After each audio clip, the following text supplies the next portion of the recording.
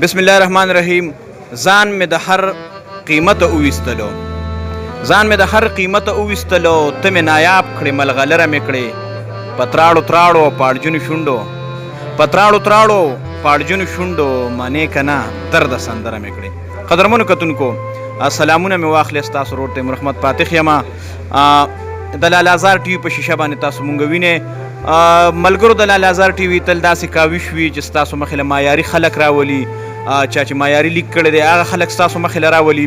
نن هم ناست یم د لونخوړ د سیمې هغه شخصیت را سره ناست دی چې ماهر تعلیم هم دی او د دې سره سره د پښتو ژبې او د پښتو ادب خدمت هم کوي. زما د خبرې مقصد رخسار صاحب را سره ناست دی. نو که کوم ملګري یې پېژني هغوی سره خو تاسو وینئ، که څوک ترې ناشنا دي نو هغوی سره به هغوی ځان معرفي کړي. رخسار صاحب پروګرام کې ته هرکلی وایم. ډېره مننه تیمور فاتح صاحب، یو جهان مننه کوم چې تاسو د خپل ټي وي په شیشه زما تعارف کول غواړئ. زما نوم رخسار علي دی، رخسار تخلص لرم. د لونخوړ بیجي علاقې سره ورکوټ یو کلی دی شاډنډ، د هغې اوسېدونکی یم. په ګورنمنټ ډګري کالج لونخوړ کې د ستر کتابدار یا سینیر لایبریرین په عهده باندې کار کوم. د لیک لوست یا د شاعرۍ شوق مې ډېر د بچپن نه دی.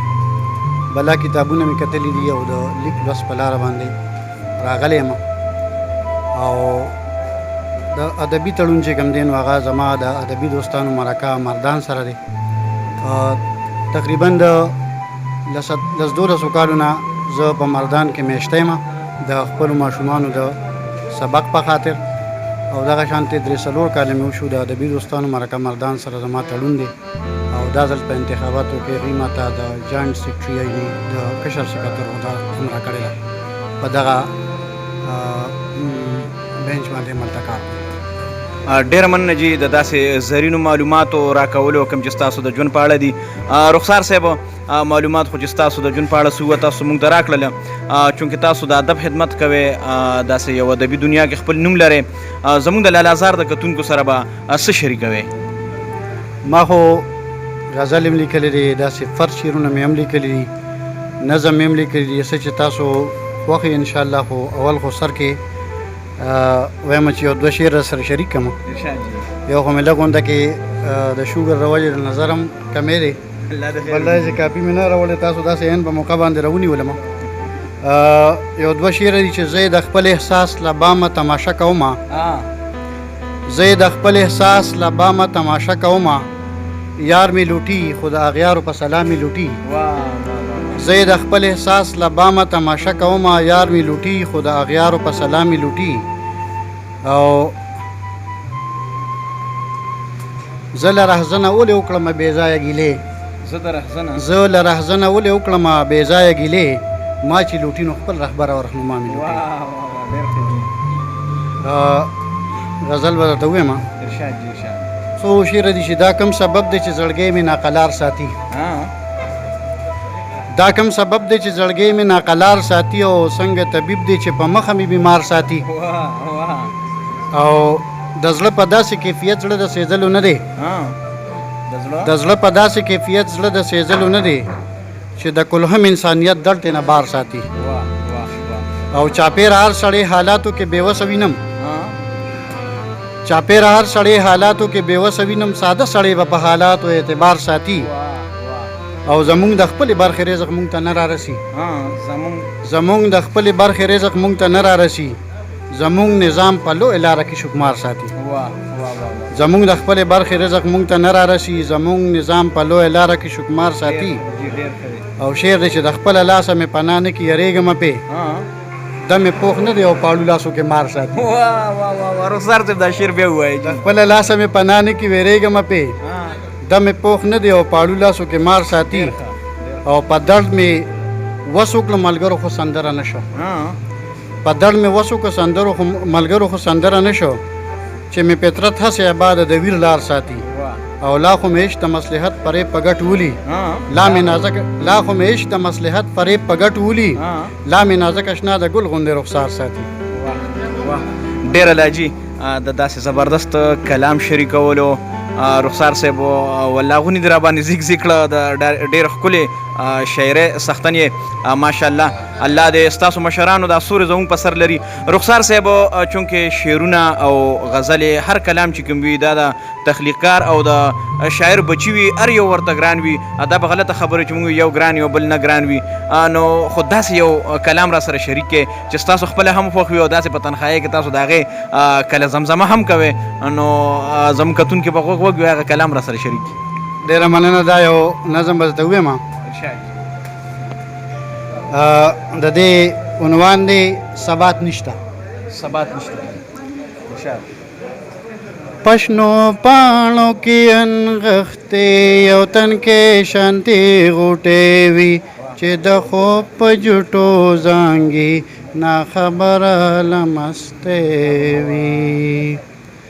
پشنو پاڼو کې انغښتې یو تن کې شانتې غوټې وي چې د خوب په جوټو زانګي ناخبره لمستې وي.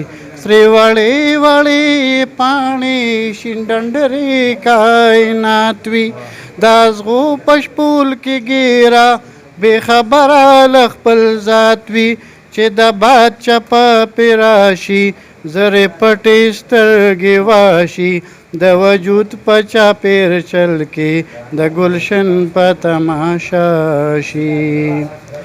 یو منظر وي دل فریبا ګیر چاپېره هواګانې ښه پر لطفه او پر کیفه معطره خوشبویانې را چاپېره تې خوشبو وي خوای ډکه د زغو وي خو بیا هم تر لرې لرې یو منظر د خوشحالو وي.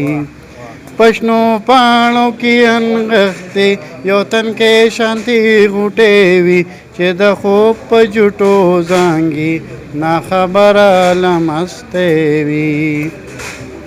د یوې ورځې مزي وي خو چنور په ډوبېدو شي سټې مړاوي شي راکوږ شي پرورو پرجېدو شي پس کڼي سکڼي ماښام کې چې ګلونه مړاوي کېږي قافله د ژوندانه یې خپل منزل ته نږدې کېږي د سینې په سمندر کې یو وړه کشتۍ روانه د احساس چپو اخیستې وي په مخه له هر خوانه. یوه تیزه چپه راشي کشتۍ یوسي تر ساحله د ساحل سپېره هوا یې راپره کړي له منزله پشنو پاڼو کې انغښتې یو تن کې شانتې غوټې وي چې د خوب په جوټو زانګي ناخبره لمستې وي. هیڅ په ځان پوهه نه کړي د ګرداب سره په جنګ وي په چپو کې ورغوپه شي که هر څومره غورځنګ وي دا زما کشتۍ د عمر د حالاتو دایره کې مصیبته سره مخ وي په گردش د زمانه کې. د احساس تودې څپېړې مې پرتې په سر او مخ وي حوصله زما جذبې مې خاصو عام ته مخامخ وي. وړومبي اسمان سپومې چې په وریځو کې پټېږي شپه هم غلی شي خاموشه تور څادر پرې راخورېږي. پشنو پاڼو کې انغښتې یو تن کې شانتې غوټې وي چې د خوب په جوټو زانګي ناخبره لمستې وي. هلې ځلې د ژوندون مې د بېوسو هم رکاب لکه ستوري تماشا کړي غلې غلې د شهاب ارزوګانې د زړګي مې په موجونو دې زیاتېږي د تکمیل په تمه تمه غلې ناستې دې زړېږي. هر خواهش د زندګۍ مې داسې لرې رانه تښتي لکه خس ګلې د باد وي په لغېږه کې اخیستې د هوا رحم و کرم دې که مې چرته پورې باسي یا مې نیمه لار کې پرېږدي او په کمه مې پرې باسي. پښنو پاڼو کې انغښتې یو تن کې شانتي غوټې وي چې د خوب په جوټو زانګې ناخبره لمستې وي پښنو پاڼو کې انغښتې یو تن کې شانتي غوټې وي چې د خوب په جوټو زانګې ناخبره لمستې وي. واه واه رخسار صاحب نه به دې بس کو ډېر لرې دې بوتلو وجد کې دې راوستو.